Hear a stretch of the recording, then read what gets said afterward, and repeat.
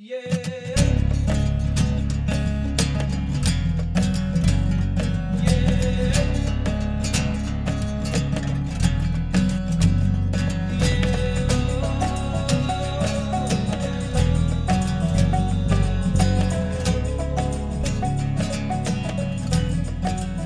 to this week's Into the Wilderness podcast. It is out a day late, but if you're listening in the future, then we're perfectly on time. We had kind of a good excuse. We didn't have time to do it at the start of the week, and then we were working in Skye, and we were really busy. It would have been out on time, but the weather meant that basically our Skye trip had to be moved to the days that would have been Podcast editing and releasing the podcast. And but I mean, that's the west coast of Scotland. You can't really. You've got to take your opportunity when it comes. Yeah. And we took it. You're going to be hearing from a chap called Matt Gibson. He is a hunter, teacher, guide, cameraman, jack of all trades, all-round good guy.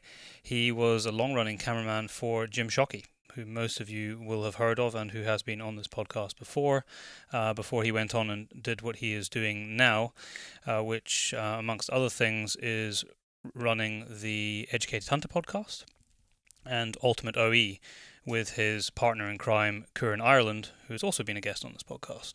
So it's a really great chat about his kind of life story and some of his adventures. Yeah, it's a great show. I've just finished re-listening to it again, and I really enjoyed listening to it. It entertained you the second time around? It did, yeah. It's about an hour and a half, so lots of entertainment. Exciting news for us is we're heading to the States in a week. We are. So basically, it's going to be February the 3rd, we arrive in Seattle. Yeah, so we're going to be in Seattle for a few days, and then we're going to be somewhere in and around Bozeman in Montana for the rest of our trip towards the end of the month. This is in 2019, so if you're listening to this podcast in a year's time, we might not be heading to Seattle at that time. But if you are about, and we know that we have quite a number of listeners in the United States. If you're in Montana or you're in Seattle or near Seattle or something like that, then give us a shout and we'll endeavour to meet up with whoever is about. Yeah, and we are going to hopefully grab a whole bunch of great podcasts with interesting people while we are over there. And if you have any suggestions of people who you know are in those areas, then do let us know. Shoot us an email, send us a message on social media, and we will see if we can fit them into the schedule and grab a podcast with them. It'll be really cool. We'll kind of just go where it takes us. You know, if there's interesting people, then we'll go and do it. We're pretty free. There's a few key things we've got to go and do, but we're pretty flexible. And anyone has a suggestion for a good gym in Bozeman? That would be good. Most people are just going to be saying the mountains. The mountains, I know, but I think the mountains are full of snow. Oh, that's a good point, actually. I think there's a lot of snow. So I don't know if we'll be able to go Country up into ski the mountains. Oh, yeah, I'd be game for some skiing. You've done some. I haven't. Yeah. We'll see. We'll see what happens while we're there. But I'm very excited. First trip to North America, so. Mm-hmm. I just noticed you've got a little list. Just a couple of things. I wasn't going to make this all that long an intro, but we are also going to South Africa and Southern Africa a little bit later in the year. One thing that we have mentioned before, but I think I'm going to try and kick off and start running next week, is the raffle to raise money for pangolin conservation. Primarily, we're trying to raise money for camera traps, which is what we've been told by the guys on the ground there that they could really do with. We have a few items here already, which we can get up and start raffling. But if anyone who's listening to the podcast has anything they'd like to give to us to raffle to raise money to buy camera traps, then get in touch with the show. It will be, all the details will be on our website. We're launching that next week. The aim is, the initial round of money we want to raise is about £2,000 for the camera traps, and then also getting them over there as well, which you can't forget that part because it's expensive to get it across there. And I think we want to carry on raising money, so that's not our final target. So I think that we'll probably find our final target over the course of the year is probably going to be closer to £10,000 because our goal is to get satellite tag systems for them, and we're still in the process of actually costing decent ones that will work with them on the pangolins on the ground. So we're in the process of speaking to experts, and they can be pretty expensive. So we'll set our goal high, and then see where we end up. And if we end up somewhere in between, that's good. Most illegally trafficked animal in the world. Mammal. Oh, is it not? No, it's the most trafficked mammal. Oh, I wonder what the most trafficked animal is. I'm not sure. I guess persecuted would probably be sharks or something. Yeah, maybe. Okay. Yeah, I'm glad you corrected me. Yeah. It might be the same thing. Good check. What? No, it might be the most in total. It might be, but I just know that it's the most trafficked mammal. It is the most trafficked mammal. But we will be spending some time with them on the ground, hopefully, while we're there, so we'll be able to share some pictures and more information, grab some interviews and some podcasts. So the idea is that we'll raise the money before we go out, so we can actually take the equipment with us, because if anyone has spent any time in Africa, or in fact, it doesn't even need to be Africa. If you just sent any parcel across even the UK, you know that they try and damage them. Or they go missing. In fact, we were talking about it in the last show, and since the last show, we ordered, basically £2,000 worth of stuff from down south in England. And it was, we got a new drone, and then it was a piece of camera equipment. They managed to rip open the box, and it was most of the gear was almost hanging. I'm surprised nothing was missing, and all that was from the middle of England to the top of Scotland. And it wasn't the company that sent its problem. It got destroyed during transit, and it just shows you how bad, they abuse the stuff so badly. So we're going to hopefully avoid that by taking it over with us. Yeah, so we're going to have a case and carry it ourselves, and then it'll be down to us and the. So our target in terms of time frame is middle of April, because that's when we're heading over. So it's not all that long, but we'll kick it off next week. We managed with the chimpanzees. So. Yes, we did. Yeah. And the last thing was just to give you a little taster of what's happening in 2 weeks' time. We have a super long podcast with Sam Thompson about quite a variety of topics, kind of centered around deer. People will remember him. We had a lot of very positive feedback from the podcast that we did at the very beginning of 2018. So we're bringing you another podcast from him kind of at the beginning of 2019. Yeah, that'll be just at the start when we're in the United States. It will be, yeah. So that'll be really cool.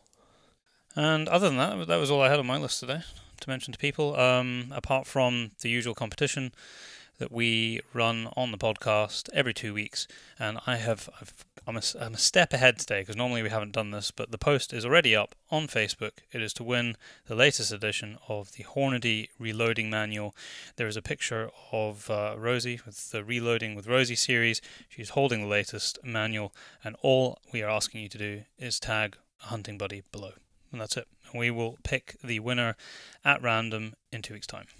I was going to say, if you've got any suggestions of things that you think would be good in the raffle, i.e.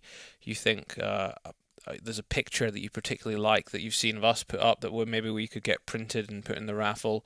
No, it's not a raffle, it's an auction. We're doing an auction. Well, I'm not... Yeah, no, so it will be an auction. I haven't quite worked out how we're going to do that yet. There must be a way to auction... I'm sure we can. Yeah, we'll have to work it out. Sorry, yeah. I'm sure we can manage an auction somehow on Facebook or otherwise. Yeah. But yeah, if there is something that you think, it would be really cool if you could get one of these on, then we'll try our best to do that and accommodate. Yeah, I was just trying to think what's in the bag upstairs. It's been a while since I looked at it. We've been collecting a few things over the last 6 months. Yeah, we have been putting things aside. We'll certainly manage to put in a volume 2 of Modern Huntsman. Yeah, we'll be able to do that. We've got a whole bunch of stuff from Gerber. We'll even, you know what we could even do? And I'm pretty sure we can do this. We could probably run 2 auctions in a way. One in the UK, and because we are going to the US, maybe one in the US as well. And leave some stuff with Tyler to post up. Potentially. Maybe. You'll find out next week. But especially with them on Huntsman, mm-hmm. we could do, two. Excellent. Well, that is it. I hope that you enjoy this awesome conversation with Matt Gibson. Matt, welcome to the Into the Wilderness podcast. You are the second half of the tag team, which is the Educated Hunter, of which we've had Kieran on before, and our listeners might remember him. If they don't, they can go back and listen to that, which I recorded with Kieran in New Zealand, your home country. How are you? How have you been over the Christmas and New Year period? Has it been a relaxed one for you, or has it been a busy one? Well, Technically, it should have been relaxed, but my partner, she's a full noise holidayer, so relax is a loose way to put it. And I'm born on Christmas Day too, so there's a birthday party in there as well. So we, it was good. We're over here in Canada, so we spent Christmas in Salmon Arm with a good friend of mine, Michael, and his wife Sarah, and their young son Eric, in Salmon Arm, and they're actually poultry farmers out there, so got to check out his new poultry unit. But yeah, so Christmas and then birthday we went snowmobiling up in the mountains for the day, which was awesome. And then we did 2 days skiing in Revelstoke, 3 days skiing in Nelson, New Year's Eve, and then I drove back, I think it was 7.5 or 8 hours of winter driving back to Vancouver to start work again on the 2nd. So yes, some time off, but not exactly what I describe as relaxing. In big countries like the US or Australia, these long distance journeys, people just sort of rattle them off like it's nothing. But if someone had to drive from the north of Scotland to the south of England, it would be quite a big deal. But people over there just seem to do these 8-10 hour drives on a fairly regular basis. Yeah, it's a fascinating thing, to be honest. Because I mean, same thing in New Zealand, right? Yeah. If you know, 3.5 hours was considered to be the limit of any drive in any direction. That was sort of your striking distance to go away for the weekend. And then once I got over here, you know, we started doing sort of 25, 30-hour drives to get from A to B. That sort of puts everything back into perspective.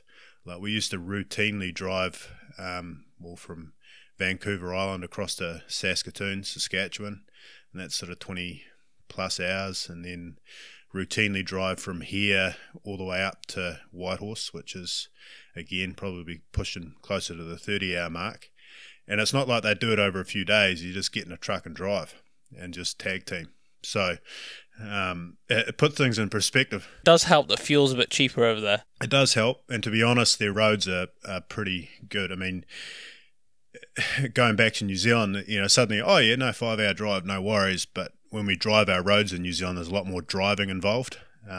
Whereas over here, you can get on a highway and put on the cruise control and give it death in a straight line for long periods of time and cover a lot of distance. Whereas in New Zealand, it's a little bit more maintenance involved on cornering and things like that.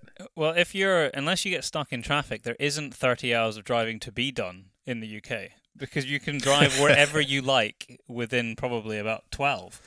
Yeah, I think the longest I've ever done is 14 hours, and that was from here to Plymouth, and that is the bottom of the country, basically. Probably with traffic as well. Yeah. Yeah, I remember the first real big punch I did was with a guide outfitter. His name's Joel Wilkinson. He runs an outfit out of Watson Lake up in the Yukon, and he used to drive from Alberta up back home again, and I hitched a lift with him once back up to Watson Lake, which is 3.5-4 hours short of Whitehorse and just over the BC Yukon border. And he introduced me to Spits, which are the sunflower seeds, flavoured sunflower seeds. Okay. And remember, he said, these are the best thing. These are the only thing that keep you awake, because you put an empty Starbucks or Tim Hortons, it would have been in Canada, cup in the cup holder, and you put a handful of these things in your mouth, and you have to shuck them or shell them with your teeth, and then you sort of stick the shells on one side and then the nut on the other side, and then every so often you reach forward and you got to spit the shell into the cup. And if you're actively doing that, it's really hard to go to sleep. So we decided that we were going to have a competition to see who could fill up an extra large Starbucks cup first with shucked sunflower seeds.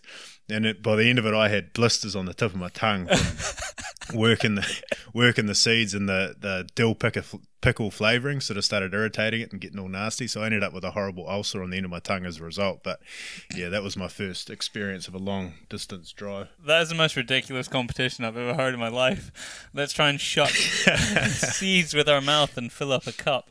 I mean, does it taste good if you're not doing it in excessive quantities? It's not something I've ever done. I mean, the sunflower seeds you feed to the birds. Yeah, but they're flavoured, he said. Yeah, well, that's what I'm interested about. Is it good? Is it tasty? Yeah, they're good. They're called spits here because you have to spit out the shell no matter how you do it. And I actually, when I first started wrangling in North America, a lot of the guides, and a lot of guides still do, chewed tobacco, which I tried it once and threw up over the side of my horse, and it wasn't a pretty thing. But a big white horse too, it wasn't good. So it wasn't for me. So I quickly figured out that if I took a couple of big 2-pound bags of spits, I could stick one of those in my saddlebag and sort of reach back and grab a handful of those and sort of chew on them as you're riding along. And of course, when you're riding through the mountains, you can just spit them off to one side, as no one's going to get offended. It's the things that, on Ace Ventura, when he's on the plane and he like chews up those nuts and spits them out on the on the handle next to that woman. It's been a lot of years since I've seen that, but it's worth a rewatch. I watch it every so often. It's timeless. So what does January look like for you? Because I know our other American friends or folks who are maybe not from America but certainly live there, January, start of Feb is just show season, and they're not at home. They're basically going around all the shows, and it's just a manic 4 or 5 weeks. Have you got yourself into that?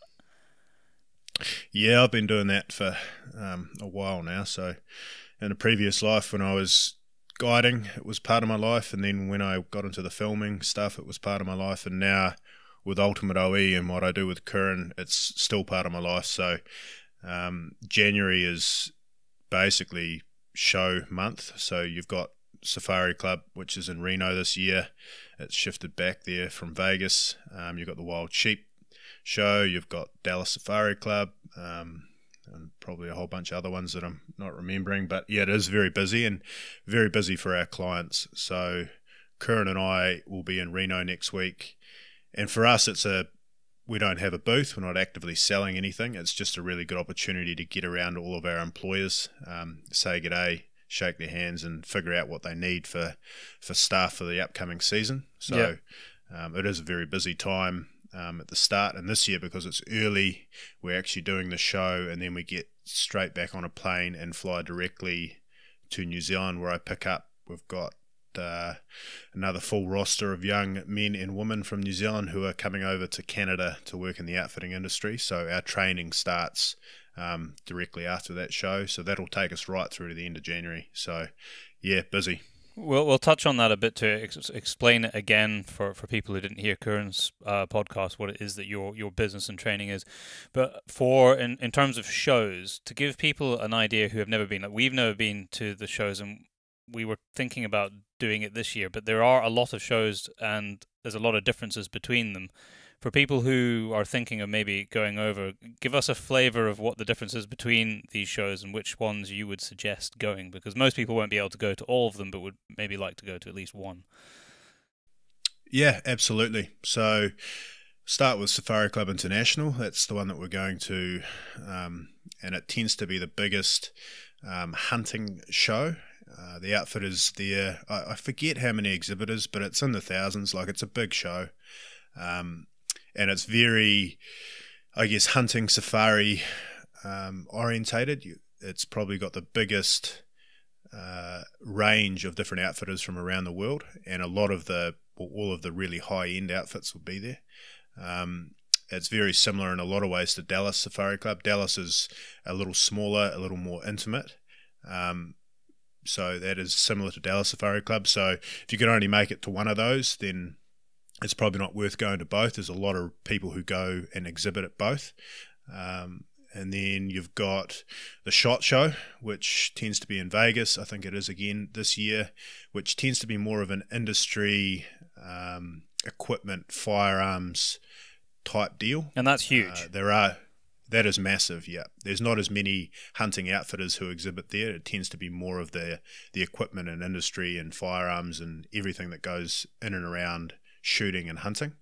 It's an awesome show to go to, particularly if you're a bit of a gear nut. Then you've got a bunch of different shows. You've got the sheep show, so the Wild Sheep Show. That's always appealed to me, the sheep show. Yeah, it's cool. It's definitely more of a I don't know how to describe it. Certainly more of a free range mountain hunting feel. I really like that show.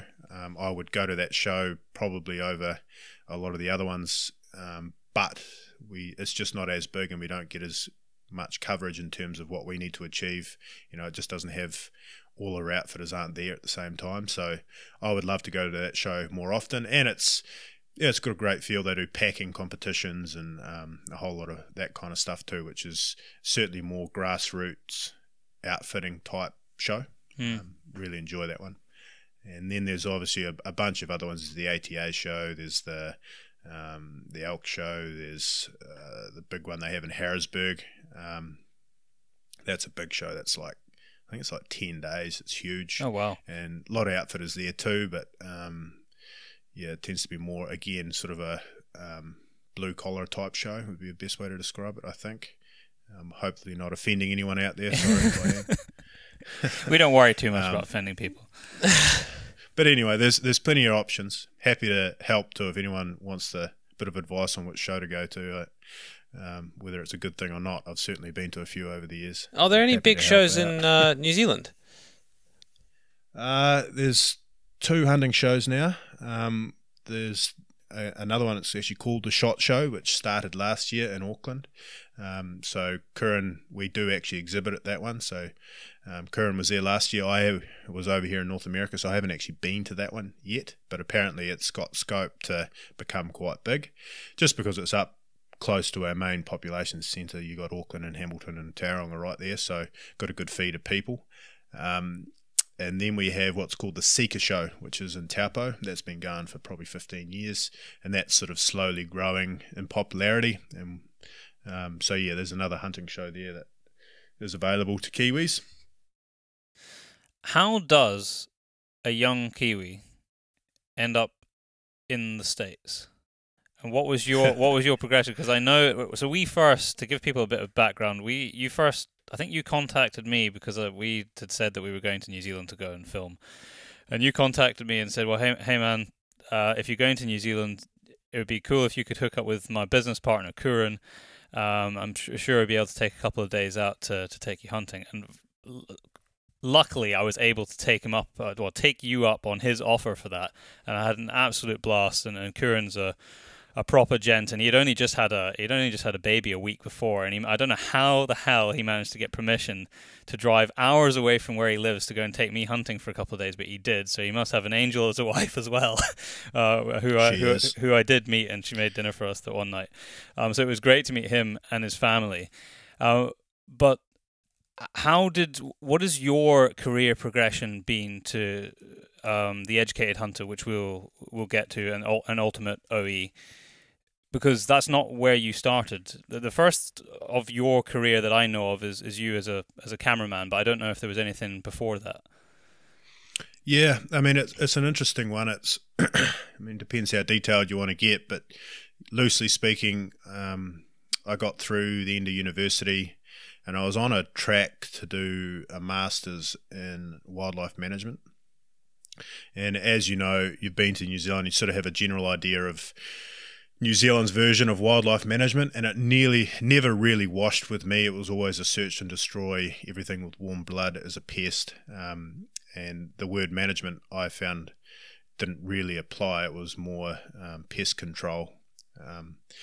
So I naturally butted heads with a number of the lecturers there, and I got to the point where I'd finished my bachelor's degree and I was posturing to do my master's, and I just sort of had a confrontation with one of my lecturers, who I told she had a overinflated sense of self-worth, which went down like a burning orphanage, and sort of butted heads. And at that point, it suddenly occurred to me that maybe, that trajectory and going to work for Doc wasn't right for me. Doc being your Department of Conservation. Exactly. Yeah. So at that point, I sort of very strongly felt that I wanted to make a difference within the sort of hunting and game management and how our animals are managed at that point. This is very early 20s, is it? Yeah, early 20s. I would have been, at that stage, would have been 20, pushing 21. But, I felt very strongly. But at that point, after a conversation with my old man, it didn't really feel like I had the experience to make any of the difference or the changes that I wanted to be involved in. So started looking around for other things, and the outfitting industry in New Zealand, particularly at that time, was relatively covert. Nobody, well, I certainly wasn't aware of that you could take people hunting and get paid to do it. And when I figured that out, that was a big move for me, a big revelation. So I proceeded to email and call every outfitter in New Zealand until somebody picked up the phone. I managed to get a meeting with a guy called Mike Freeman, who used to own Kiwi Safaris. So I got a meeting with him, and he was nice enough to give me a shot. And from there, I did basically 3 years worth of guiding in New Zealand. But it was in my first year, at the end of the season, I'd sort of done my apprenticeship. Head guide at the time, Colin Raydon, said, "Look, we've got these guys coming over from Canada. He's bringing a camera crew. I can't pay you, but I need, if you're keen, it might be good people to meet if you want to carry a backpack." So at that point, I didn't have anything else to do. I was just planning on trapping possums to kill a bit of time. So I stayed and hung out, and it turns out that guy was Jim Shockey. He came over with his wife Louise, and his son Brandon was the cameraman. So was with them for a period of time.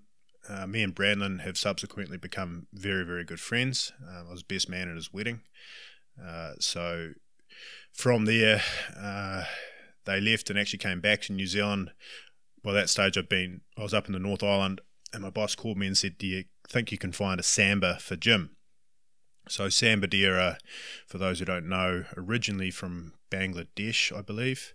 They're a big-bodied deer. They live primarily in the swamps. They're very cunning, very furtive.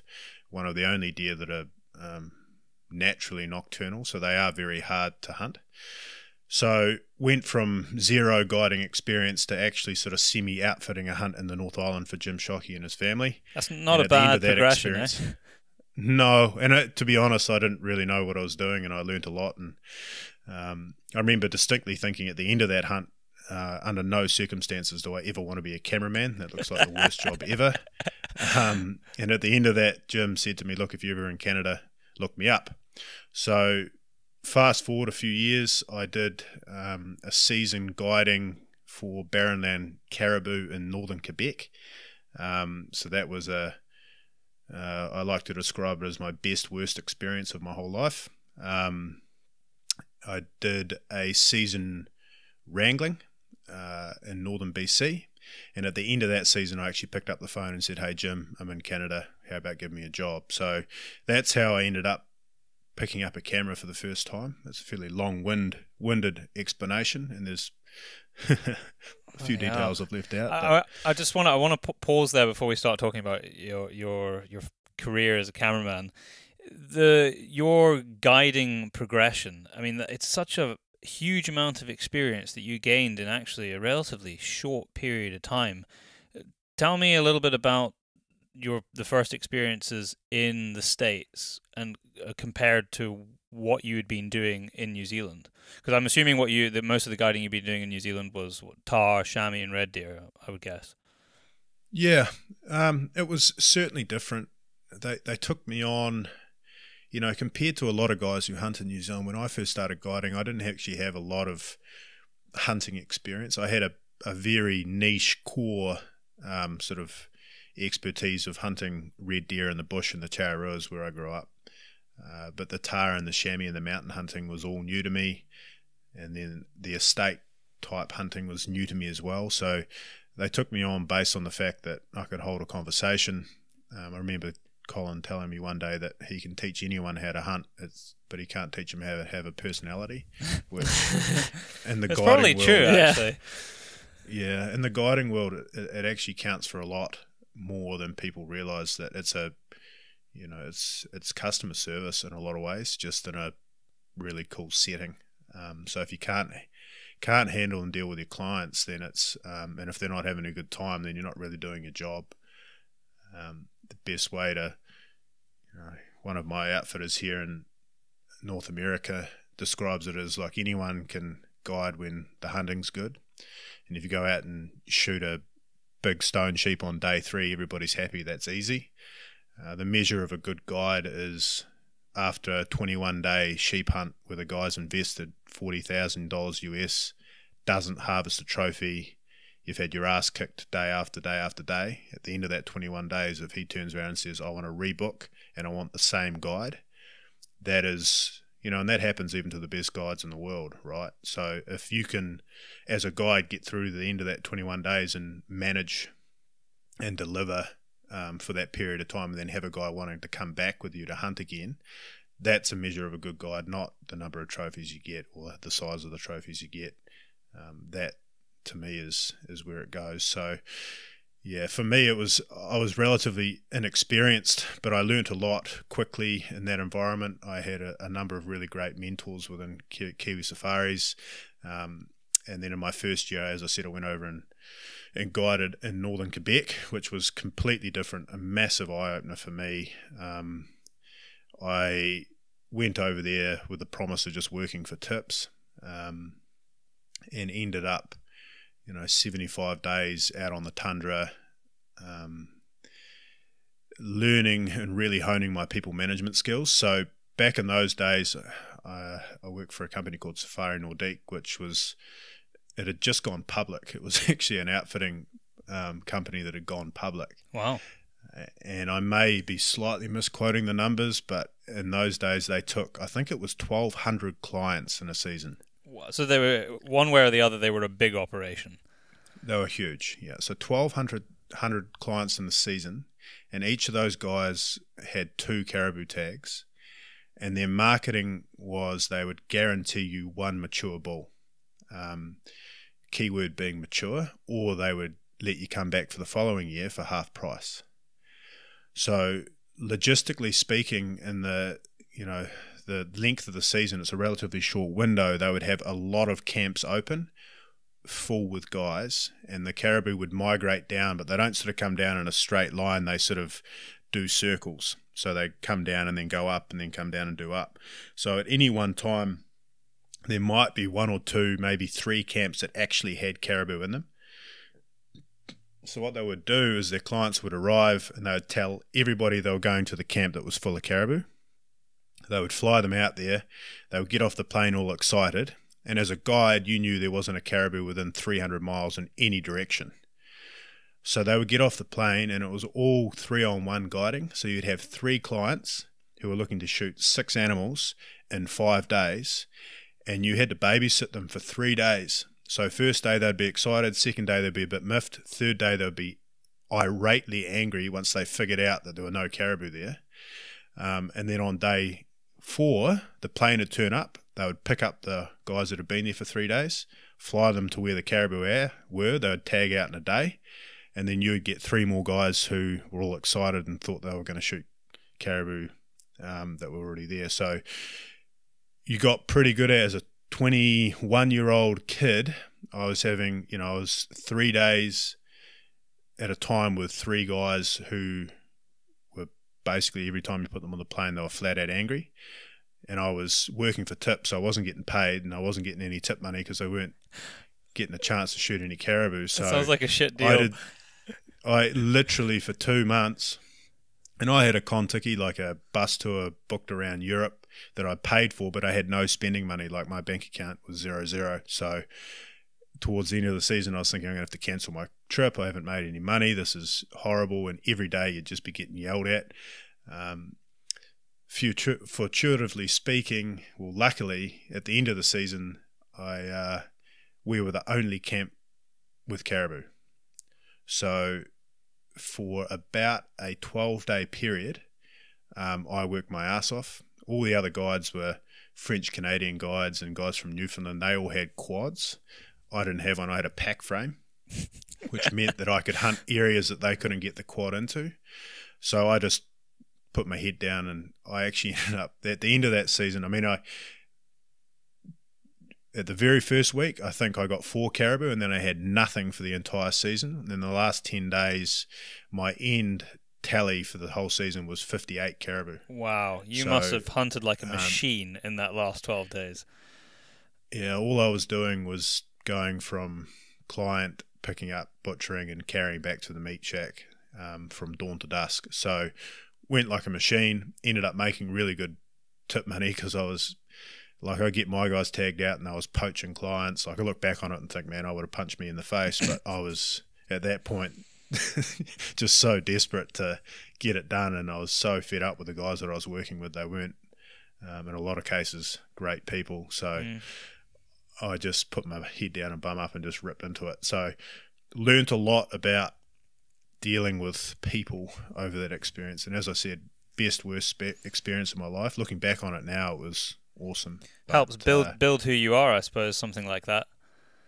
Yeah, especially for a kid that age. And then, and it sort of opened my eyes to what was available in North America. Like, it was a completely different experience. Actually, funny story, that first season that first time I was in Quebec, my first client was a guy called Michael Waddell. Oh, you're kidding. And I didn't know who he was, so turned up with a camera crew, and of course the guys in the camp were like, oh yeah, here's a camera crew. So I distinctly remember walking out onto the tundra for the first day, and Michael Waddell turned around to me on camera and said, oh, how long have you been hunting caribou? And I looked at my watch and sort of said 15 minutes. And they all laughed and thought it was funny. We went out and we killed 3 with a bow, and at the end of the day, it became pretty obvious that I'd never actually seen a caribou, like, period, never seen one before we killed this thing with a bow. The first caribou I'd ever seen. They all thought that was pretty funny. And then, of course, our caribou dried up for the whole season. So it was a sort of a baptism of fire. But yeah, once I'd done that, when I got back to New Zealand, I did another seasons guiding in New Zealand, and one of the guides had just come back from northern British Columbia, and he had wrangled for an outfit up here. And when I saw his photos, I was done. I was like, man, that's me next time. When you say wrangling, just to explain that to people so that everyone can understand, because I don't know what picture most people would have in their head when you say wrangling. Probably just cowboying, I think. Yeah, probably. Yeah. Okay. So wrangler is a term that gets sort of modified for whatever industry it's in, right? So in a hunting sense, a wrangler, the best description is assistant to the guide. It's traditionally been used as an apprenticeship position in North America to become a horseback hunting guide. And the term wrangler actually comes from your primary job in the morning is to get up before everybody else in the dark and go and find the horses and wrangle them or round them up and bring them in to be saddled and used for the day. So that's where the term wrangler comes from, and it's your bottom of the ladder starting position in a Canadian or American horse-based outfit. So it'd be like a hillbilly here in Scotland. Exactly. Yeah. Yep. So ghillie is probably the closest thing you'd have there in Scotland, is someone who's looking after the ponies and that kind of thing. But you are literally you're there to facilitate the hunt in any way you can. In pre-season, you're cutting trail, building cabins, scouting for animals, all that kind of stuff before the hunting gets underway. So yeah, it's just it's an awesome job. Like it may be bottom of the ladder, but it's by far one of the best jobs in the world, I think. So you went back and you went to BC after going home to New Zealand and became a wrangler. Yep, so I did another New Zealand hunting season. So thankfully our seasons oppose each other. So you can basically fill up your whole year with hunting if you sort of chop it in with North America. So came back, worked for an outfit in northern BC as a wrangler, and after a season of that, sort of started jumping my way into the guiding side of things in North America as well. So I did 2 seasons in northern BC, which sort of dovetailed into starting with Shockey. And once I started with Shockey, I was basically full on filming. But how do you make that jump? Because you're a guide and a wrangler, and now suddenly you've got a camera in your hand, and that's the technical knowledge is a little different, as we both know. Yeah, well, I mean, my style of filming might be slightly more agricultural to yours, I think, boys. But I like that word, agricultural. He says that, but I've seen you're talking yourself down because you're responsible for some of the most epic footage in Jim's library that I've seen. So, well, I appreciate you saying that, but yeah, basically, I'll quote Jim on this one. He would get asked that question a lot, particularly when people met me, and for the period where I filmed with Jim, he would say it's a lot easier to take a hunter and teach him how to film than it is to take somebody who is say a film school graduate and teach them how to hunt. Yeah, very true. And when I first came on with Jim, he had already ticked off, a lot of his species on the list, I guess if you're going to break it down. And I sort of came on at a time where he was doing some of the less pleasant hunts. So he needed somebody that could stick with him for a month at a time in some pretty trying conditions. So he was happy to mentor me and teach me and put up with my shitty filming until I got to a point where I was actually producing some decent stuff. Yeah. And just to sort of put some text around it too, in the background when all this guiding and hunting's going on, me and Jim's son became very, very good friends. And Brandlin, I don't know if you've had a chance to meet him, but he's a very talented, creative guy. And just through my relationship with him, and when I started filming with Jim, the whole concept of the professionals came about when Brandlin and I were living in Kelowna over the winter, and basically Brandlin was working at a furniture shop, which is a pretty massive waste of his talent, and I was at the end of basically 4 hunting seasons back to back, with a pocket full of tip money and not a lot of motivation to get another job for a while. So we were basically living it up in Kelowna doing nothing, and I'm sure Jim was like, man, I've got to figure out something for my son to do. And he came up with the concept of the professionals while we were living there. So Jim basically sent it was like a 2 A4 piece of paper concept to Brandon, who read it, thought about it for a week, and then basically turned around to me and said, mate, I'm going home to start this. And then 2 weeks later, I followed him back to Vancouver Island, and we lived in the guest house / edit suite there. While he worked on the professionals, I picked up a camera and started filming with Jim. And in all of our time off, we would sit down and research cameras and watch movies and TV shows and try and figure out things. So while Bran was sort of figuring out the editing and the technical camera stuff, I was sort of his guinea pig in the field, filming with Jim, trying to figure out how it was going to look and how we were going to do it. So, starting off, literally my introduction into cameras was in Saskatchewan. I got stuck in a northern camp. It was 30 below. I didn't have the right clothing or gear. I had a camera thrust in my hand, and the next day I went out filming. So I just sat in my room that night and pushed every button on the camera to see what it did. Do. Yeah. And in those days we're still filming with HDV tapes. Yeah. Figured out that you had to stick all the batteries down the front of your jacket to keep them warm. Been there. Yeah. And just started filming out of a blind. I don't think I got any usable footage for that whole season, but once I got to the end of that, then it was straight into it with Jim. I think my first international was in Africa. I think my first ever, it was Eva's first trip to Africa too. It was her first hunt. I've seen that footage. Yeah, I've seen it. Did you take that? Is that your footage? Yeah, that's all mine. All right. Yeah, so her first hunt, she shot a warthog, I think.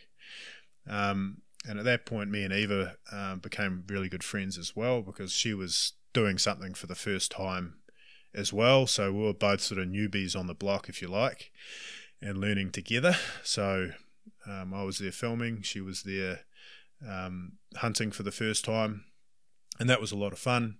And then Louise, Jim's wife, was there as well.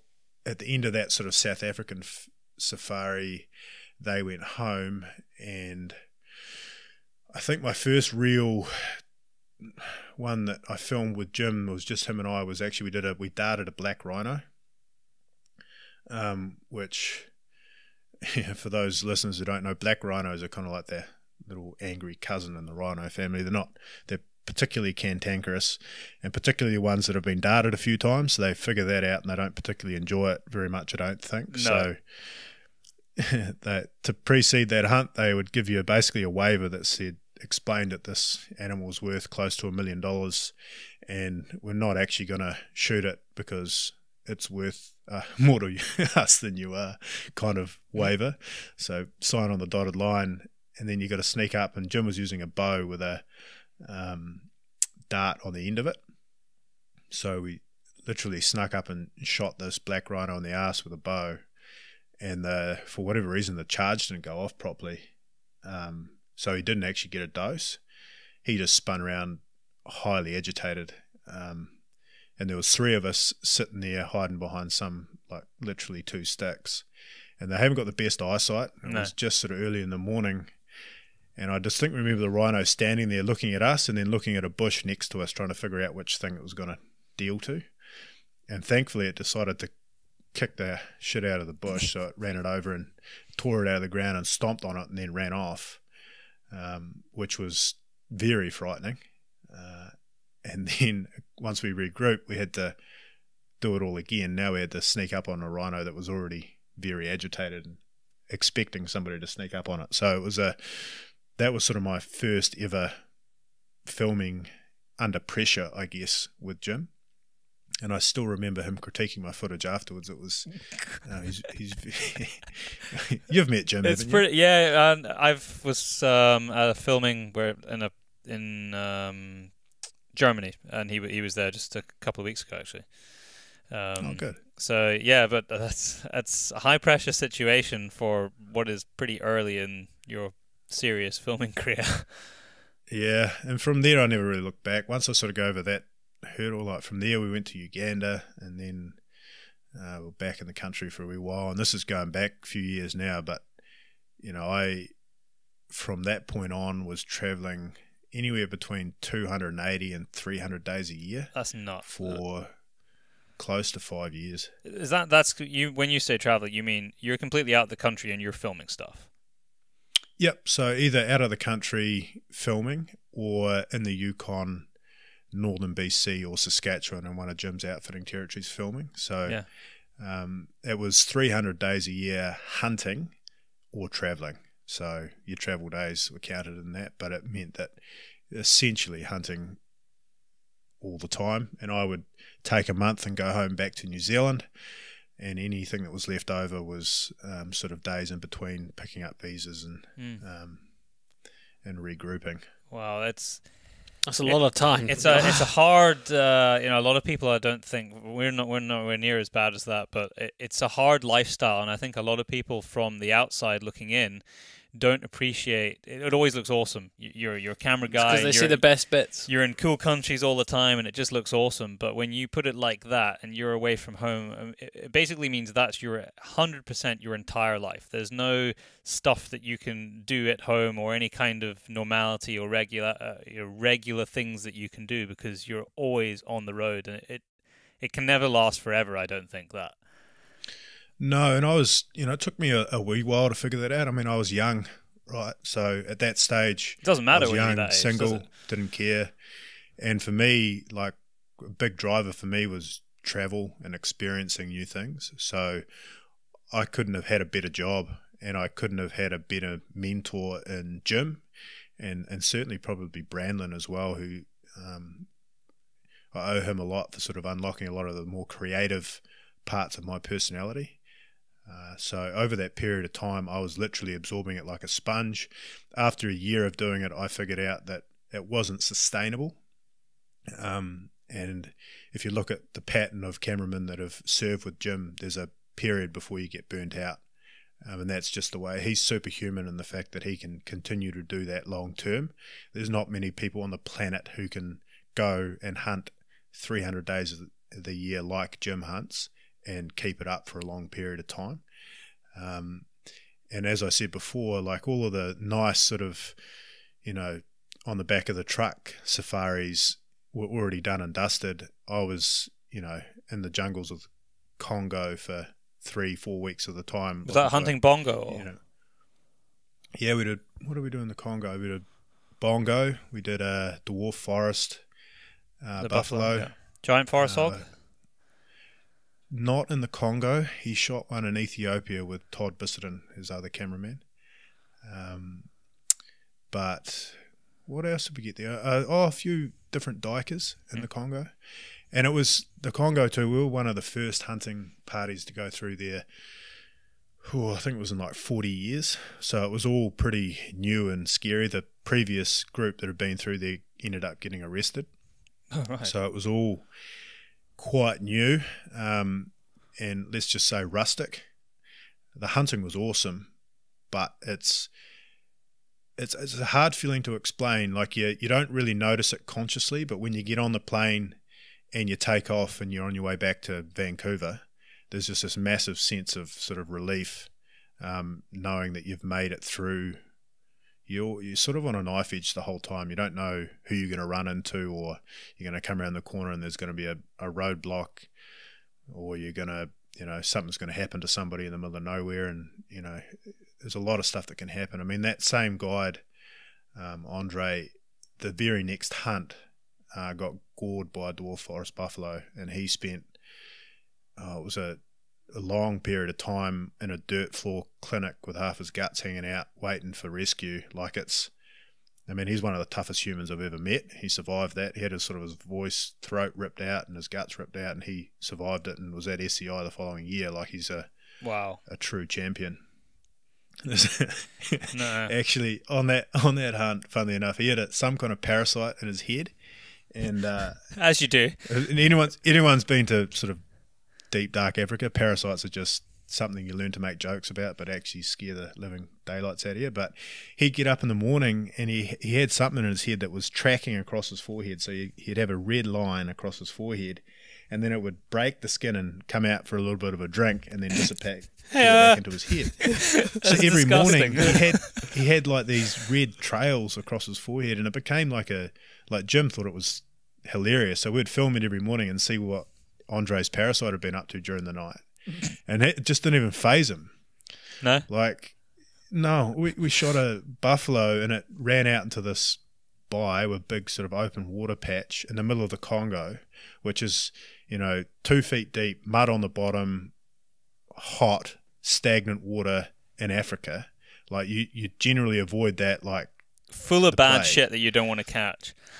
And I literally, we'd only just got up to the edge, and I turned around, I'm filming Jim, and next minute I turn around and Andre's down to his undies and he's off into the water to go and get it, right? Like, just tough dude. There's not that many people like that anymore. Yeah, he was I hopefully see him at SCI. A little bit of luck he might be there. I always enjoy catching up with him. But we're in a logging camp in the middle of nowhere that no one had been at for years, and there was the roads were dead straight, but they were overgrown. So he had rigged up, it was 3 machetes blades riveted together on a rack on the side of his Hilux. So he had it tied to the top of the high rack down to the bottom, and to clear the roads he'd just drive at 100 kilometers an hour down one side of the road with the blades out one side, and then he'd turn around and drive back, and then he'd have his trackers on the top with machetes cutting anything that was long. So the end result is he had these perfectly square roads, like a tunnel that would just go for kilometers and kilometers in one direction through the jungle. And one morning we were hooning along, it was dark, and we were just sort of getting there, and there was a bit of noise, and the guys on the roof started tapping, or on the back started tapping on the roof. So we slowed down, and this silverback gorilla came out of the trees, stood up in front of the truck, which was just coming to a stop, made a fist with his hands, and fucking pounded on the bottom of the truck and screamed through the windscreen, like held onto the front of the bull bar and screamed through the windscreen with just absolute disdain and anger, and then walked off into the trees. Little things like that. it's You can't buy makes that it all worth it. experience. You I probably mean, woke him up. He was probably having a nap near the side of the road, and you woke him up. Woke him up. I was half asleep. And the first thing Jim says to you, of course, is, "Did you get that on camera?" It's like, what do you mean, did I get that on camera? We're driving down the road in the dark. No, I didn't get that on camera. what an incredible experience, though. And it's those little things that you maybe you don't think about for a little while, and then you have a conversation like you're having today with us, and you're describing it, and it is incredible. And it's not even when you're doing sort of the main activity that you're there to film. It's all the little things that make up the journey and adventure. That is the reason that I love going to the place. I've never done anything in sort of Central Africa. A lot of stuff in the southern part of Africa, but I would love to go into Central Africa a bit more. The only thing is, and you were alluding to earlier, is that a lot of those countries are quite dangerous, and you're certainly on edge the most of the time you're there. But you get to see and experience animal encounters that you can't anywhere else in the world. Yeah, I was incredibly fortunate, and I'm very grateful for the opportunity that Jim gave me. Really, I mean, at the time I was probably young and a little bit ignorant, and didn't really understand fully the opportunity that I was being given. I certainly figured it out after a couple of years when I started to talking to, when I was doing a little bit of guiding or filming in hunting camps, when guys were talking about going hunting here. Oh yeah, I've been there a couple of times. Yeah. It sort of dawned on me that I was pretty lucky to get to do what I was doing. And in all fairness, I mean, Jim probably deserves another plug here. I don't think I would travel to a lot of those countries without him. He is a very perceptive, and you always felt safe with him. He would smell bullshit a mile off. He has a very, I don't know the best way to describe it, but no one would get away with anything, and he would pick up on things very quickly.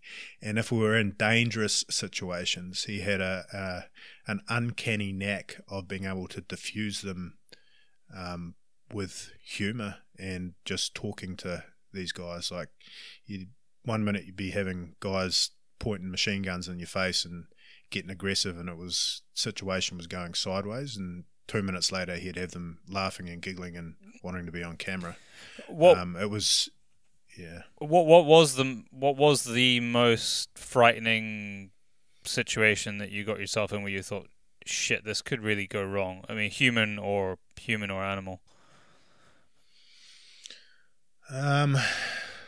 There's a few to choose from.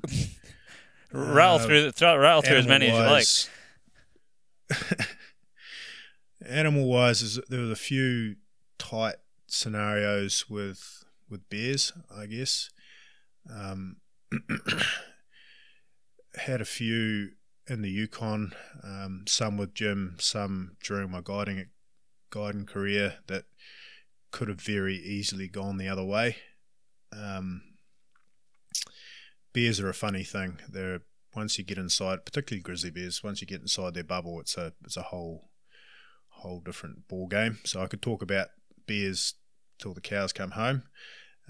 Internationally, like more sort of adventurous, that dwarf forest buffalo in the Congo was a bit dodgy. They're supposed to be very. I have no experience of them. I've seen lots of Cape buffalo, but I hear from what I've read is that the forest buffalo are supposed to be even more, just a bit like black rhino, wake up angry in the morning.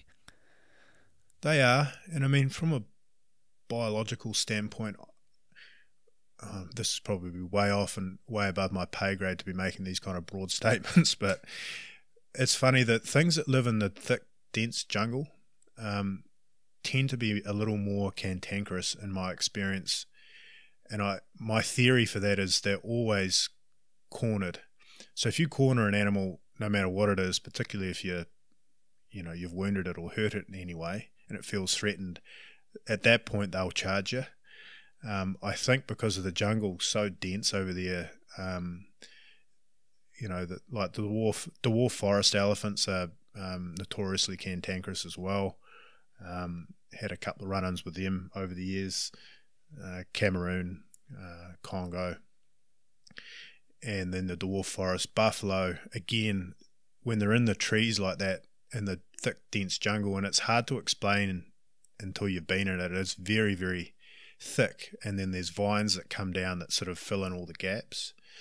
Like talking to Andre after he got gored by that buffalo, when that buffalo charged him, and this is a guy who's a veteran of literally hundreds of Cape buffalo hunts in Mozambique, so he's shot charging animals on a regular basis.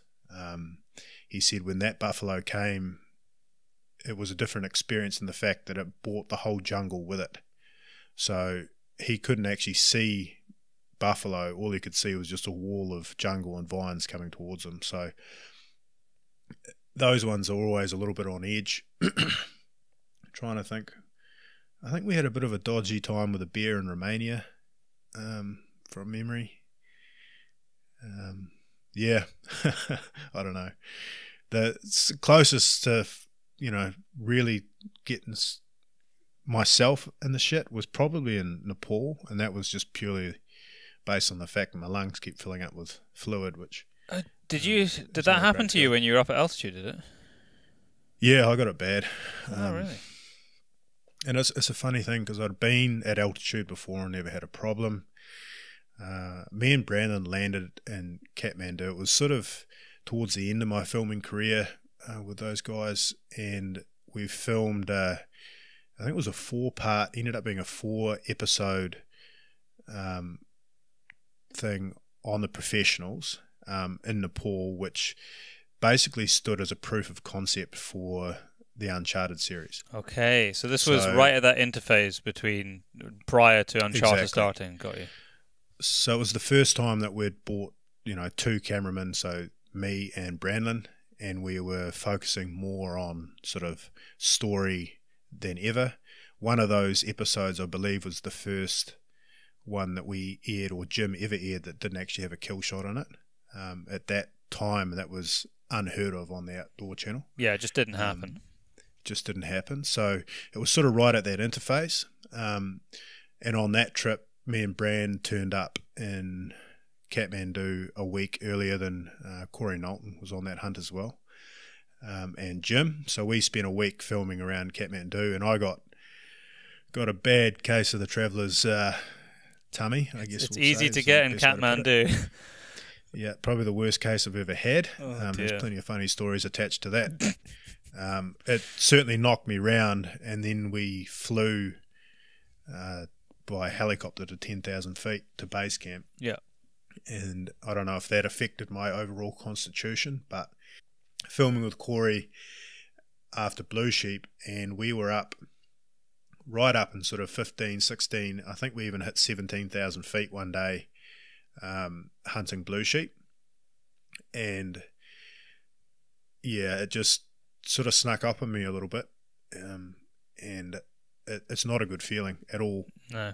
So I got quite sick, and thankfully Jim got his sheep that day, and we actually got to drop down to where we were hunting tahr, so they were slightly lower. They were in sort of 10, 12,000 feet, and I sort of came right.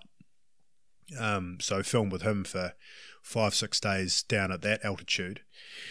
And in the meantime, there was another group of hunters who were in a couple of catchments over from us, and they called the helicopter in for evac, and the helicopter actually clipped the bank and twisted up a rotor, and I don't know if it crashed, but it certainly upset the system. So at that point, unbeknownst to us, even if I had got bad, there was no rescue available. So what it meant is I had to climb back out of where we were for at tahr camp and walk for 3 days and go over 3 different passes to get out. And yeah, that was probably the worst 3 days I ever had in that filming career. Was, I could barely get up the hill. As someone who's used to carrying all my camera gear and running in front of everybody and filming and this kind of stuff, I dragged my ass out of there, and all I could carry was the hill stick I was walking with. I was not in good shape, so it's probably the scariest I've ever had. It's a funny feeling. When I was in Nepal, I think not last year, year before, Probably in a very, because I don't think there's that many areas that you can hunt. It was the Dorpatan hunting reserve that we were in, so it probably wasn't all that far from where you were. But I was okay for the most part, but obviously I felt it. I think everybody feels the altitude, especially when you're up sort of above 15,000 feet. But I had one day that I just felt like death. For half the day, if I hadn't had a job to do, there is no way I would have got out of my tent. Just everything was sore and stiff in a weird way, like you'd slept funny all night and cracking headache, and it's just altitude. Yeah, it knocks you around, and then once you start getting that pulmonary edema stuff, it's like if you ever had really bad case of bronchitis. So you've got fluid in your lungs, and if you take a deep breath, all that fluid starts to bubble and crackle, and it makes you cough. So on top of the fact that you're at altitude and it sort of feels like somebody's holding you back and with their hand over your mouth the whole time, you know, if you breathe in too much, then you just get into a really nasty sort of convulsive coughing fit, which knocks you around and sort of makes your head pound even more, and it's just not a fun experience to be part of. It's a very, very cool place to visit and hunt and be up in the mountains. But obviously, you're speaking to us now, so you got out in one piece and alive. Oh, I'd go back in a heartbeat. Yeah. I loved it there. Yeah, I loved it as well. I'd go back tomorrow actually if I had the opportunity to go and do some more work there. I'd take it in a heartbeat. Yeah, that's a cool place. But yeah, as I said, there's always things. I mean, even on that Nepal trip, our guide got me and Jim bluffed on that tar hunt, and we couldn't, you know, you can go up hills that you can't come back down. For anyone that's done any sort of walking or hunting in real steep terrain, like, you can get yourself in big trouble if you keep going up and get bluffed out and you can't come back down again. And that happened to us on that tar hunt. So we were sort of on a ledge on a near vertical rock face, and the guides were starting to panic, and they tried to climb us up over a sort of this lip that had a spring coming out of it. And Jim went up first, and they were sort of trying to boost him up, and the whole wall came loose. It was a big chunk of rotten rock, and Jim was very lucky that his guide basically took the weight of that boulder on his thigh, which he actually broke his leg. Ooh.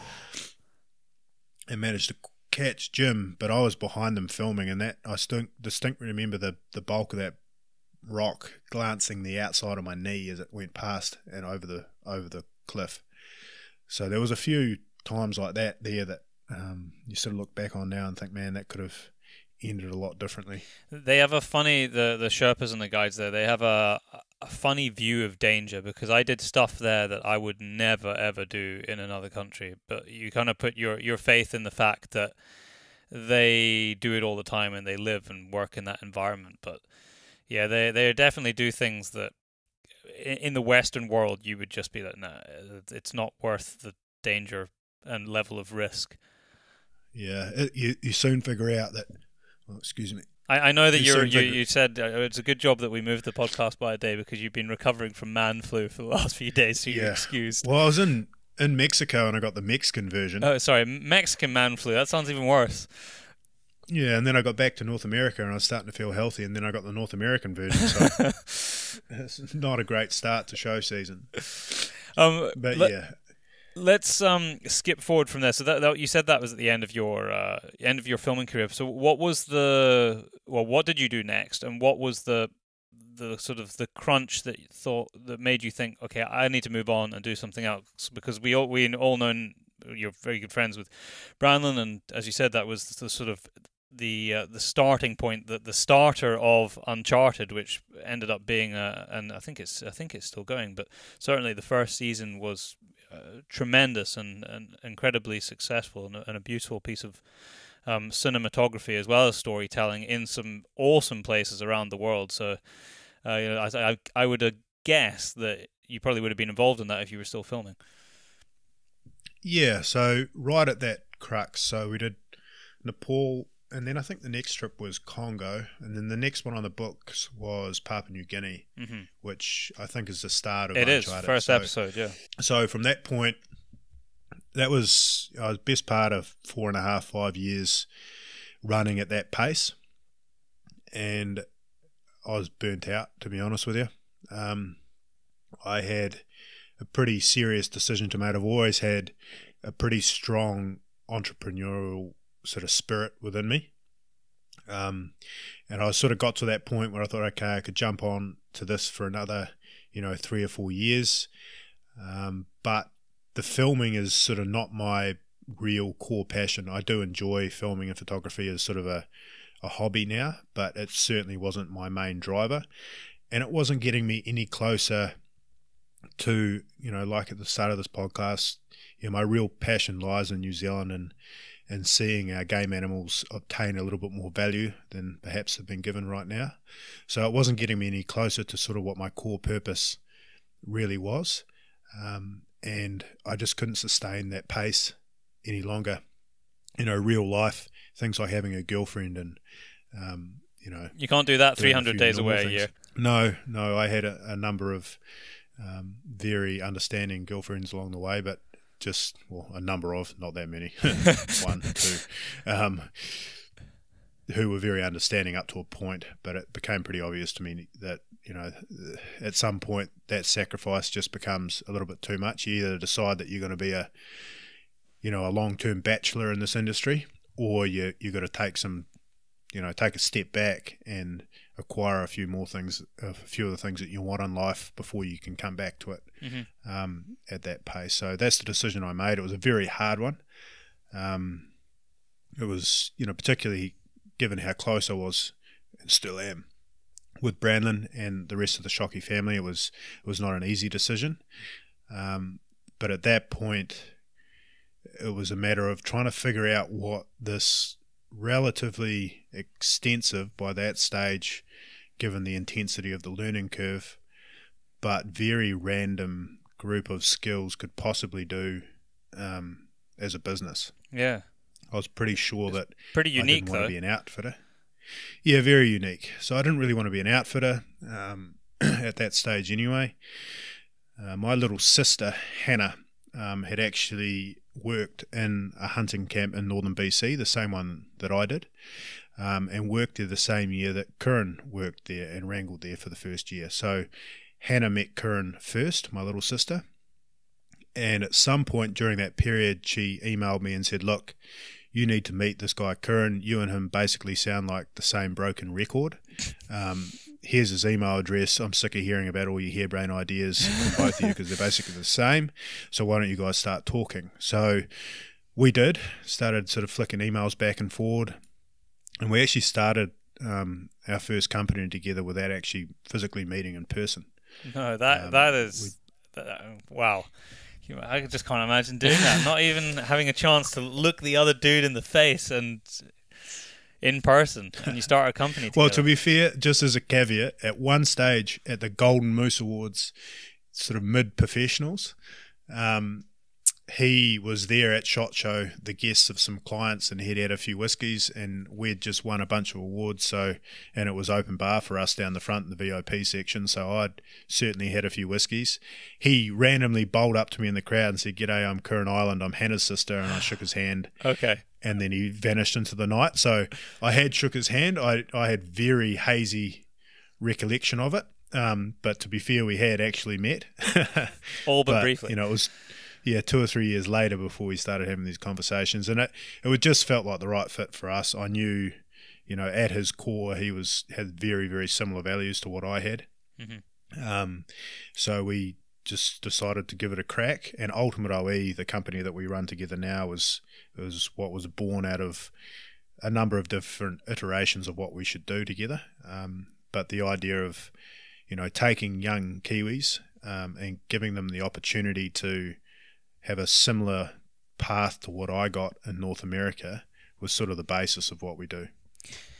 I was saying this to Curran when we were driving around in New Zealand, is that even here, for young people who want to go into and work in the outdoors, especially if they've got a passion for hunting, they go and become a gamekeeper or maybe a stalker, but there isn't this idea about the possibilities of becoming a guide, a hunting guide in other countries around the world. And living a life and having the kind of experiences that we've just been talking about for an hour.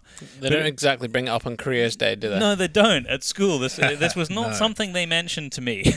When they looked at the kind of things that I enjoyed, I can't remember what they said I should do, but it sure as hell wasn't that. But that would have been the perfect fit. But that is kind of the doors that you open as a company and a training outfit, specifically for young Kiwis, and I think that's awesome. I wish there was something like that here. It's not that difficult to get into the sort of the hunting industry here if it's something that you're passionate about, because there is a fairly sort of regimented way now with training through colleges to go and become a gamekeeper. You have to be very dedicated to it because it is very much a lifestyle choice more than anything else. But like I say, leaving our shores and doing something similar to that in other countries, most people will never think of. But that is what you do, and I think that's awesome.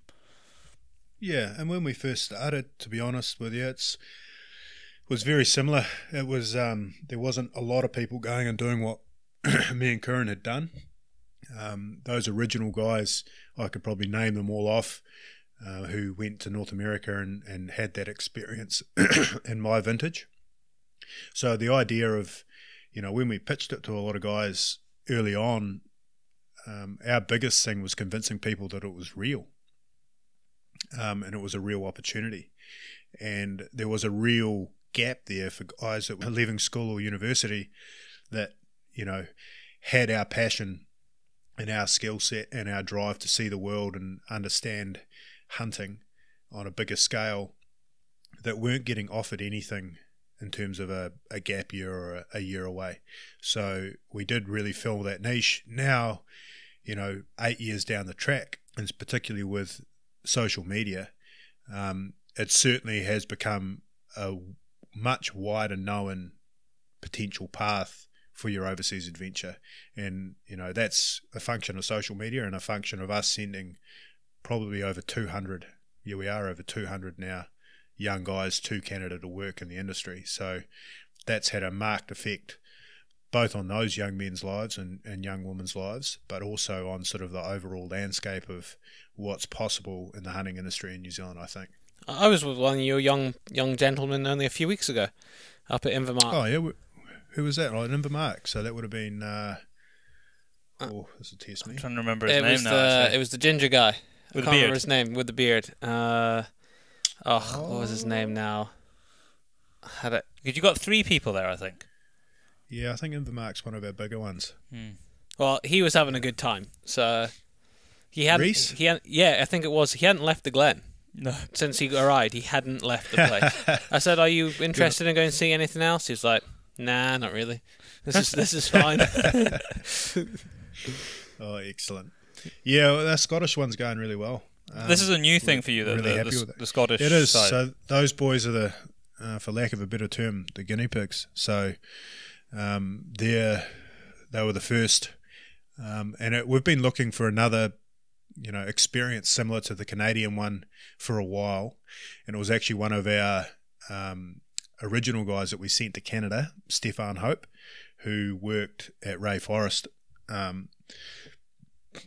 who pointed it out to us that this was potentially a good opportunity to expand into, because they on arrival they need to have a few foundational skills and understanding so they can hit the ground running.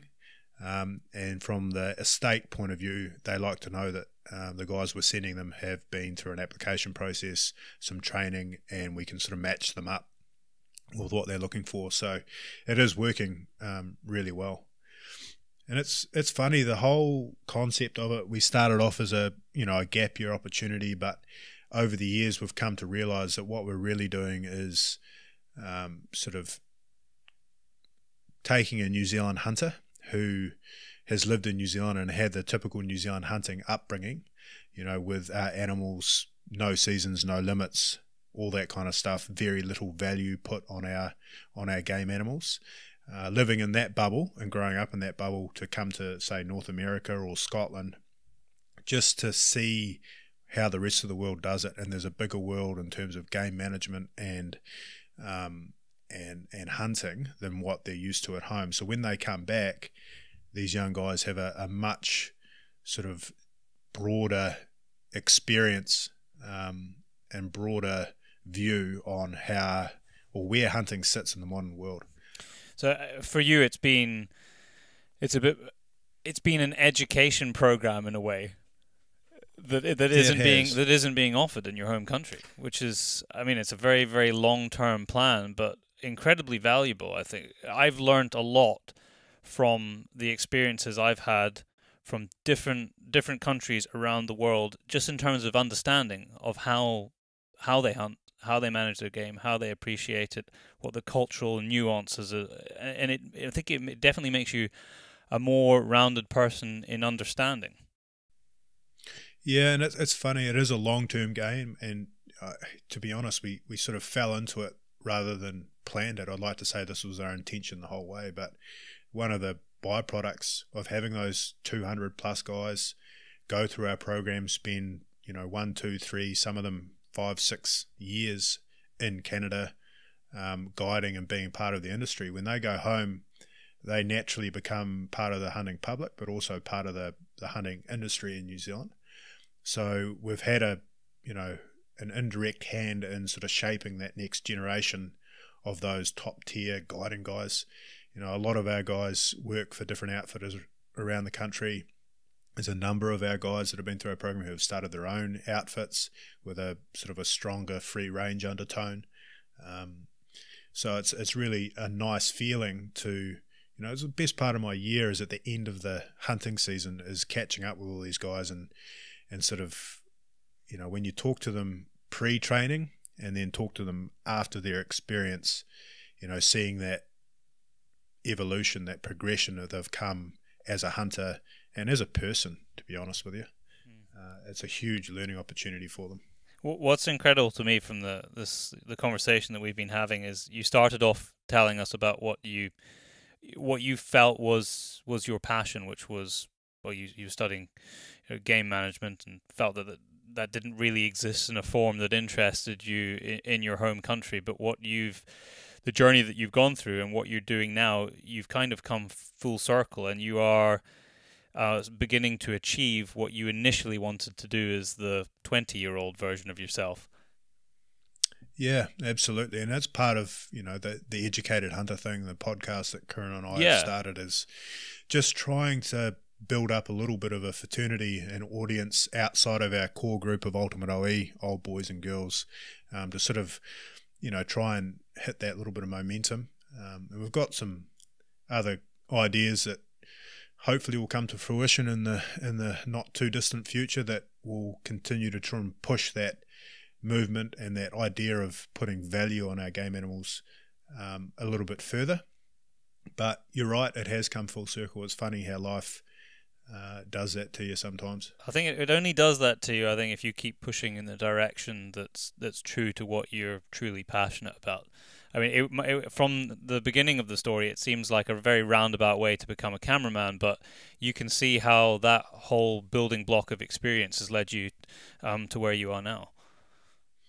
Yeah, and from the hunting perspective, like, I got to be a fly on the wall, a client, a passenger on so many different hunts around the world that, understanding what is good guiding, what is bad guiding, understanding what is good game management, what is bad game management, what is good outfitting, what is bad outfitting, from around the world, just by getting to go on a huge number of hunts. Like, I forget now, but it's probably in the high 20s in terms of the number of countries that I've hunted in.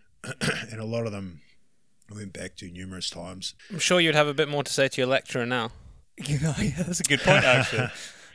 Yeah, I actually think of her every so often. I mean, she meant, like, the thing is, she meant well, right? And there's one thing that I've learnt over the years, and particularly, I mean, I live in Vancouver. It is, the hub of, dare I say it, anti-hunting in Canada. This is where the anti-grizzly bear, banned grizzly bear hunting stuff starts. Yeah. I mean, 2 blocks up the road, I was walking past Patagonia the other day, and they had the group that's largely responsible for the banning of the grizzly bear hunting at their front door, giving out pamphlets. So I'm right in the sort of the heart of it here, and what that's taught me, and over the years, is having empathy for those who don't hunt and don't understand it, because at the end of the day, when you have these conversations, and there's one thing that I always try and do when I haven't had too many beers, but try and do is have conversations with people about hunting and where their sort of perceptions of hunting come from. And a lot of the time it's subconscious propaganda that has been fed to them their whole lives, and they've never experienced or talked to anyone who's actually hunted. So their opinion of hunting and their I guess their negative reaction to hunting actually comes from the right place, if that makes sense. Mm-hmm. They're often doing it because they believe it's right, and they haven't got any other information to contradict that. So having a huge amount of empathy for those people, I think, is something that hunters need to get better at. And it's funny, the movement that's sort of happening here, there seems to be a movement, the likes of, the Joe Rogan podcast and guys like Cam Haines and even Steve Rinella now being on Netflix has had a massive effect here in terms of generally people seeing hunting in a different light. And it moves it more into the mainstream, doesn't it? It's a mainstream where it's becoming slightly more commonplace, whereas before you'd have to go and seek it out if you were specifically interested in it. But like you said, now it's on Netflix. Whether you're interested in it or not, the thumbnail is going to come up and you might at least be intrigued. Yeah, and I think Steve's a great ambassador for the right kind of hunting. He's very well read, very well spoken, and delivers a very clean and concise version of hunting that I think shows us in a positive light. These days, 5 years ago, if the hunting subject came up, someone bowled up to me and said, "I heard you're a hunter," it was often quite aggressive and negative. Now, when people broach that conversation, they are coming from a place of genuine curiosity. Like they've got to the point where they understand that there's probably more to the story than they originally would have thought. So that's a positive. That's good. Yeah, I'm not sure whether we're quite there yet here in this country, but certainly there are inroads being made, and it is all about just making it relatable and more commonplace and mainstream, so it's not something that people are surprised to see or hear about. But we have it on our even UK Netflix here, Meat Eater, which has been a great thing to see. How many seasons? I think it's 3 seasons. Quite a few seasons. Quite a few seasons on Netflix. Yeah. There's been there was a short stalking documentary on the BBC of all channels maybe 6 months ago. Chefs are increasingly cooking with game.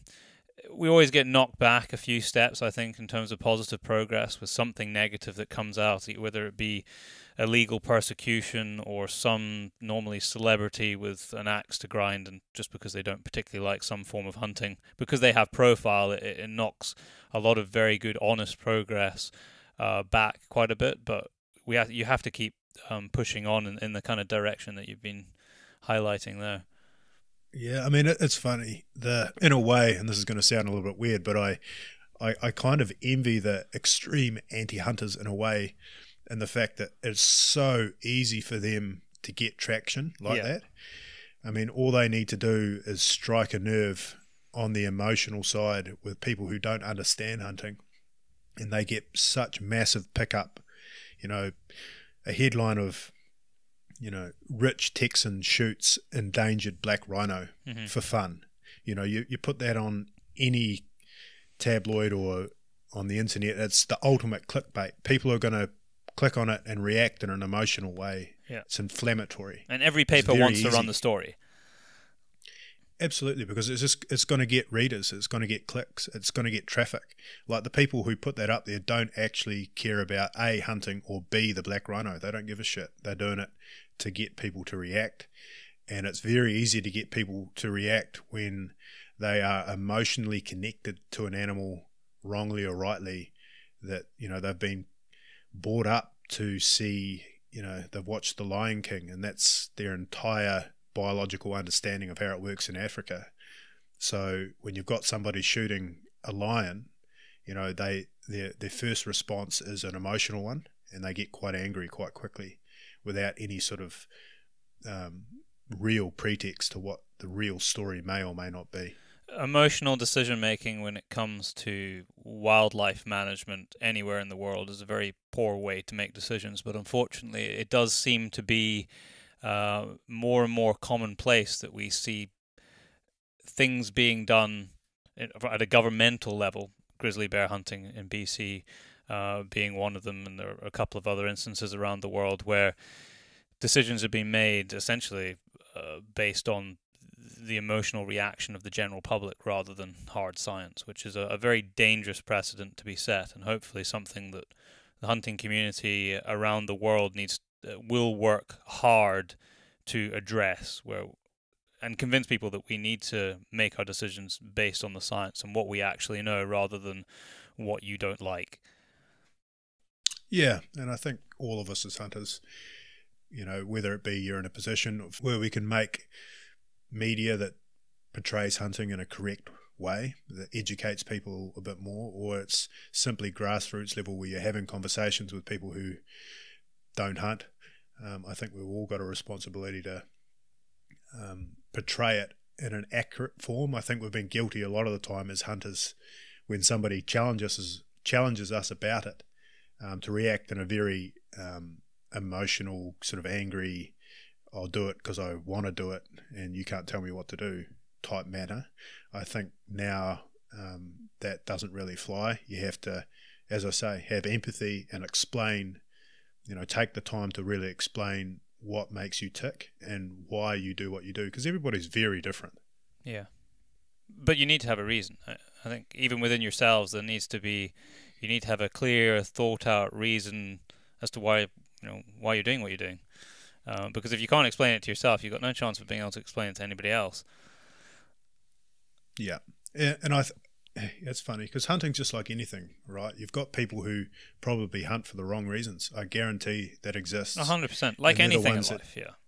Yeah, and they're the ones who tend to gather most of the spotlight, and they're the ones that are going to come out and say something stupid that everybody's going to latch onto. I think all of us in sort of the middle ground that tend to have traditionally sort of kept to ourselves and done what we've done and been very comfortable, we need to sort of step up and let everybody know that they're just like anything. There's extreme polar opposite or polars in hunting itself. Well, I mean, a good point to wrap up on, which kind of reinforces what you're saying there, and you mentioned it already, is your podcast, which is doing just that. It's having conversations very much like the conversation that the three of us have been having today, just about life experiences and hunting and just having the good chat. How has podcasting been for you? Because you must be. Were you the first out of New Zealand? First hunting podcast out of New Zealand? I don't actually know. I think there was one before us. I don't know if he's still going or not. I think he was probably a little bit before his time, before the podcasting time, to be honest. It's only just sort of gaining traction as a form of media in New Zealand. Like, it's not we're way ahead of where New Zealand is here in North America in terms of people listening to podcasts. So we sort of got into it because we figured that it was going to be a trend that was going to move forward and it was going to be a good way to reach an audience in New Zealand. It's been different for me, to be honest. It's not a natural thing for, believe it or not, listen to me with my verbal diarrhea on here, you would think, but it's not a natural thing to talk about oneself in a long form media in terms of being a Kiwi. And I'm one version of that, but Curran, my business partner, is another version. Like, the last thing that he would have done or wanted to do 10 years ago is sit in front of a microphone and have talk about himself and ask questions. So it has been a bit of a baptism of fire. We are trying to get better at what we do, and we're sort of, at the moment, to be honest with you, caught in a sort of we've got a sort of a base New Zealand audience. And then, of course, just by the nature of who we talk to and where I live, and you guys as well, we've got quite a big standing international audience. So trying to decide whether we sort of double down on the New Zealand specific topics and people, or you try and keep it sort of New Zealand and international. We're not too sure which way to go, but we'll get through another year and see where we end up. Well, I enjoy them. It's the podcast sits in my podcast list, so I think you just got to keep doing what you're doing. Your UK listeners in Scotland, they're from us.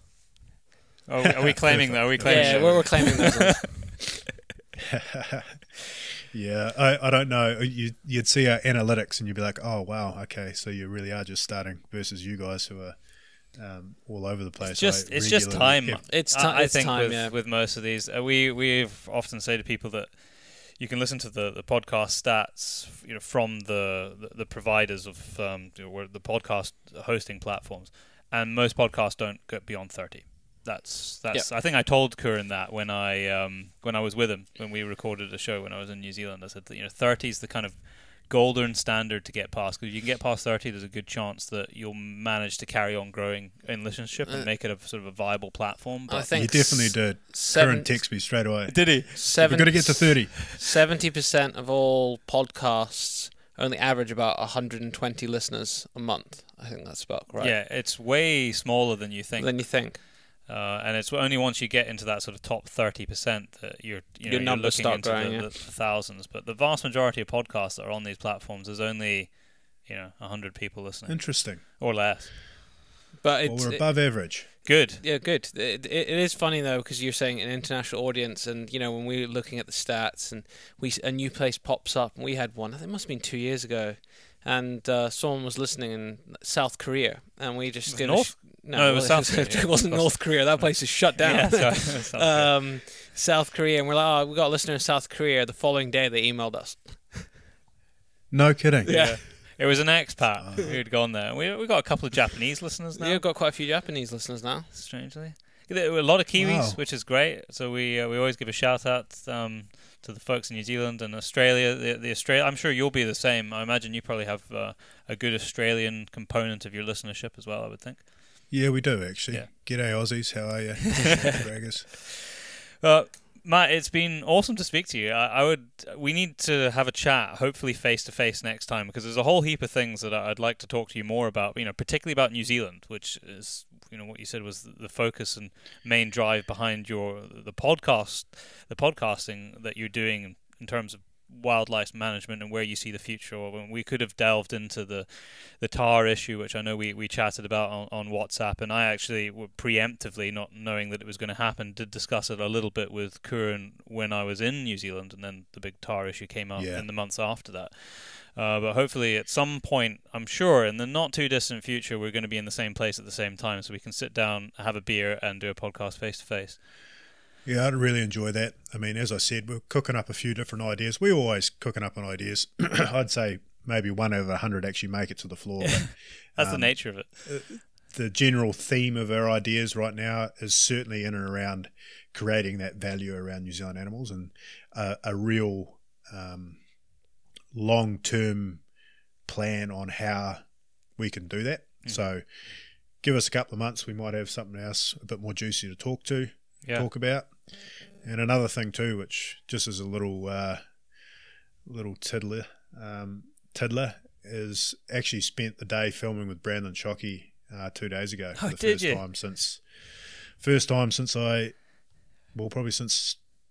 Since the Congo. So him and I are looking at working on a little side project in our own time, which will have something to do with hunting and very relevant to a lot of the conversation that we've had today. So could you find the record button? I wasn't actually filming, believe it or not, not? First time. I was at the pointy end. Oh. So keep an eye on, I guess, my Instagram and Brandon's Instagram. There's a few little, I guess, threads that you could pick up there that are as we move closer to pulling the trigger on it. But, from one filming or one cameraman to another, it's got the potential to be really cool. Cool. Well, maybe when we stop recording, you can tell us about it. Look, it's been awesome to speak to you. I hope you have a great show season. My little puppy is up the stairs and he's starting to whine his head off for some reason because Beth's gone off to the gym and abandoned us with the baby. So I'm going to have to go and see to him. I'm sure everybody's thoroughly enjoyed that conversation. I think half our listeners are going to want to become cameramen after the epic tales and journeys and adventures that you've been telling everyone. And then you're going to have to set up an ultimate OE for Scottish people to do what... the equivalent of what you do, but for the Scots. It must be quite relatively easy because the way the visas work for everyone in the northern Commonwealth. A part of the Commonwealth. Yeah. Yep, I'd certainly look at it. If there are any young Scotsmen out there, let us know. If we've got the demand in Scotland, we can certainly think about it. Yeah, well, maybe in the UK there could be a demand. Maybe not necessarily in Scotland, but in across the UK there probably is a demand. Absolutely. We're always keen to help out. I mean, that's what drives us really, is getting people around the world and sort of growing as people and growing your hunting IQ. Well, you've heard it here. Any young people, then they just need to email us and then we'll put you in the right direction. Brace yourself. Thanks a lot, Matt. We'll speak to you soon. No worries, guys. Thanks very much. And that's it for another 2 weeks. Hopefully we'll get it out on time next time. I'm pretty sure we will. It's not the best start of the year that we managed to get the second one of the year, I think, out late. Is it? 2 in a row? Two in a row. Dear me. But standards are slipping. The standards are slipping, but improvements are on the horizon as well. So, we're getting a whole new setup, like we said before. Like, changes are happening to the podcast for the better. And hopefully they'll bring everyone a better experience. Well, by the time we get back from the States, we should have a bank of podcasts ready to go. I'm so excited. 6 months worth. And especially if anyone that listens has either lives in the United States, particularly in the areas we're going to, or if you're from somewhere else in the world and you've been there, shoot us some suggestions of what to go and see, what to do, because it's better to get that kind of knowledge from people that are either there or have spent a bit of time there, because I think knowledge on the ground is better than any guidebook or Google page that you can come up with. I think it's way better. We're actually spending a little bit of time over there with long-term podcasts. Yeah, we are. So that's really cool. And don't forget to enter the competition, which is already up, waiting for you to tag a friend on Facebook to win the latest edition of the Hornady Reloading Manual. If you'd like to contact the show, then it is podcast@paceproductionsuk.com. It should be in the description as well, but if you'd like any more information, then head over to our website, which is all the W's, thepacebrothers.com, or just Google the Pace Brothers. It's the first thing that comes up on the interweb. And it's also almost the end of the shooting season in the UK. Sad times. I think we talk about it in the next show, actually. But yeah, we do with Sam, yeah. But yeah, it's almost the...